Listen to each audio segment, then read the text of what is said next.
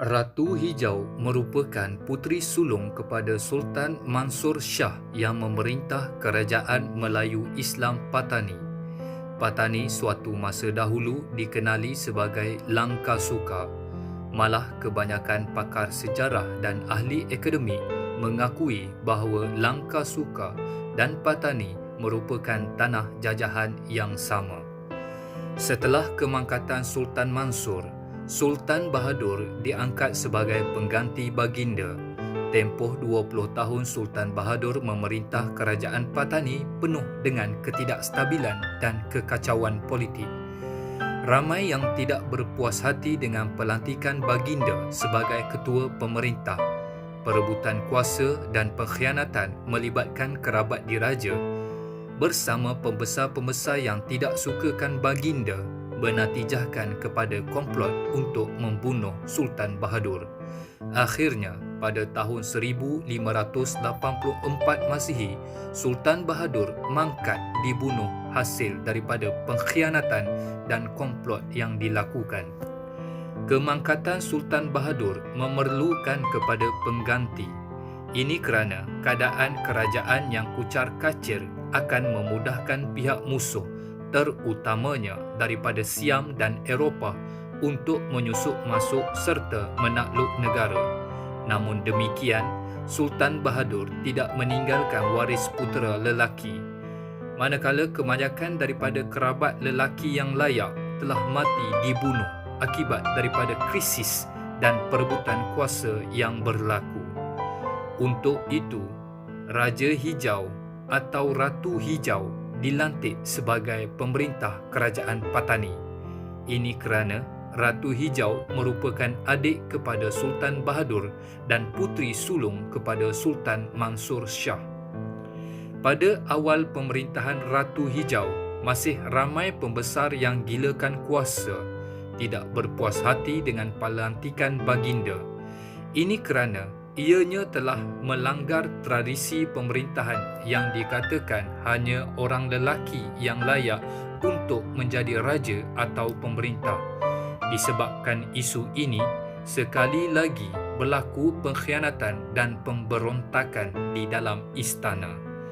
Antara yang terlibat dengan pemberontakan ini adalah bendahara negara.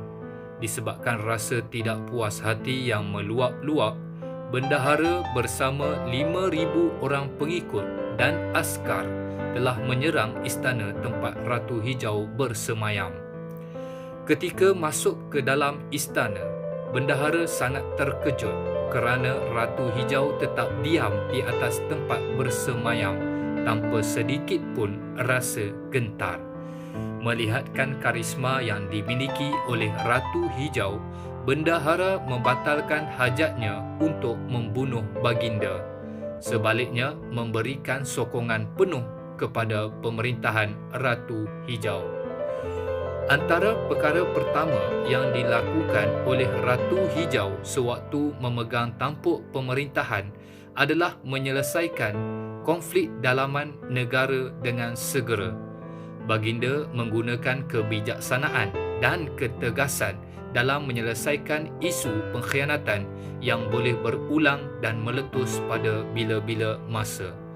Sebaik sahaja mendapat kepercayaan, baginda tidak menunggu lama untuk menjadikan Patani sebagai sebuah empayar yang kaya, terkenal dan makmur. Ratu Hijau dikenali sebagai seorang pemerintah yang mempunyai visi yang tinggi. Baginda juga terkenal dengan sikap suka berdiplomatik. Baginda mengadakan hubungan perdagangan dengan Belanda, Inggeris dan Siam. Malah dicatatkan juga bahawa Patani di bawah pemerintahan Ratu Hijau mempunyai hubungan perdagangan dan politik dengan negara Jepun. Hasil daripada kehebatan Ratu Hijau ini, ekonomi kerajaan Patani menjadi semakin kaya dan makmur. Selain daripada itu, baginda juga telah membina sebuah terusan daripada Sungai Kersik sehingga ke Kuala Tambangan. Ini untuk melancarkan lagi kapal perdagangan keluar masuk di dalam negara seterusnya mempertingkatkan sosioekonomi hasil daripada aktiviti perdagangan tersebut. Dari sudut ketenteraan pula, Ratu Hijau mempunyai pasukan pertahanan yang kuat. Baginda juga sering kali mendapatkan bantuan daripada pihak Inggeris sekiranya berlaku serangan pihak musuh, terutamanya daripada Siam. Pihak Inggeris telah membekalkan kerajaan Patani pada waktu itu dengan senjata api dan meriam. Hasilnya, tentera Siam yang masih menggunakan senjata kuno tidak dapat menewaskan Patani sewaktu pemerintahan Baginda.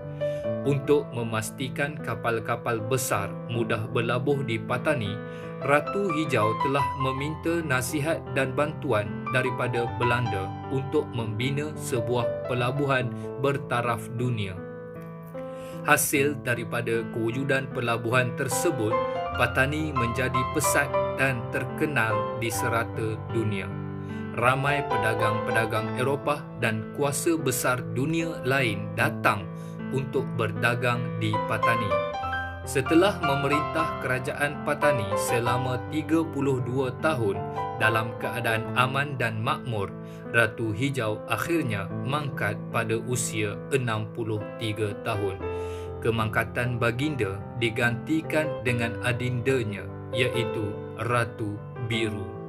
Seorang penasihat Belanda, iaitu Van Neck, telah menulis bahawa pemerintahan Ratu Hijau adalah lebih baik berbanding pemerintahan raja-raja sebelumnya.